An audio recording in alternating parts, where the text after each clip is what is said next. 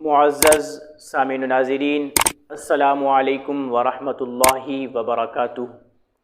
سامعین محترم، آج کی اس ویڈیو میں ہم آپ کو بتائیں گے کہ روزہ کس شخص پر فرض ہے اور کس پر نہیں۔ تو سامعین محترم، روزے کے فرض ہونے کے لیے چند شرائط ہیں۔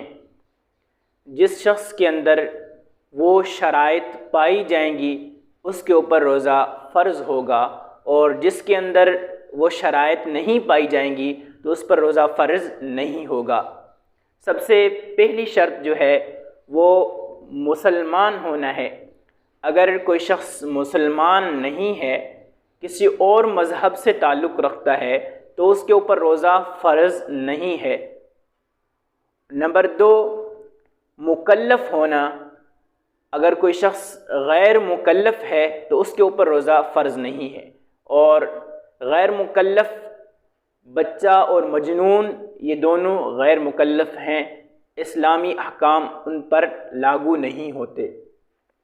نمبر 3، قادر ہونا، یعنی روزہ رکھنے پر قادر ہو، کوئی ایسا عذر نہ پایا جاتا ہو، روزہ رکھنے سے عاجز نہ ہو۔ مثال کے طور پر وہ بیمار ہو۔ پھر عاجز کی 2 قسمیں ہیں، عاجز عارضی اور عاجز مستقل۔ عاجز عارضی جو ہے اس پر فی الحال تو روزہ لازم نہیں، لیکن جیسے ہی اس کا عارضہ ختم ہوگا تو اس پر روزہ فرض ہوگا۔ اور دوسری قسم ہے عاجز مستقل، جو ہمیشہ کے لیے عاجز ہے، اس پر روزہ تو فرض نہیں ہے لیکن اس کا فدیہ دینا اس پر لازم ہے۔ اور چوتھی چیز جو ہے وہ ہے مقیم۔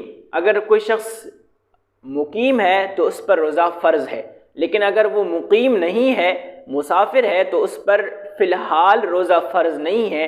جب وہ حالت اقامت میں ہوگا تو روزوں کی گنتی پوری کرے گا۔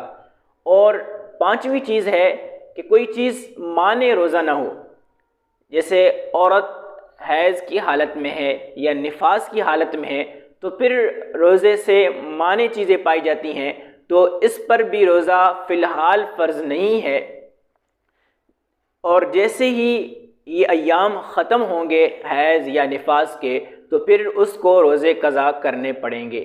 تو سامعین محترم، 5 ایسے لوگ ہیں جن کے اوپر روزہ فرض نہیں ہے۔ نمبر 1، غیر مسلم۔ نمبر 2، غیر مکلف یعنی بچہ یا مجنون۔ اور نمبر 3، عاجز مستقل ہو یا عاجز عارضی ہو۔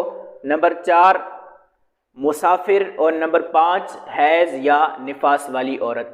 تو یہ 5 لوگ ایسے ہیں جن پر روزہ فرض نہیں ہے۔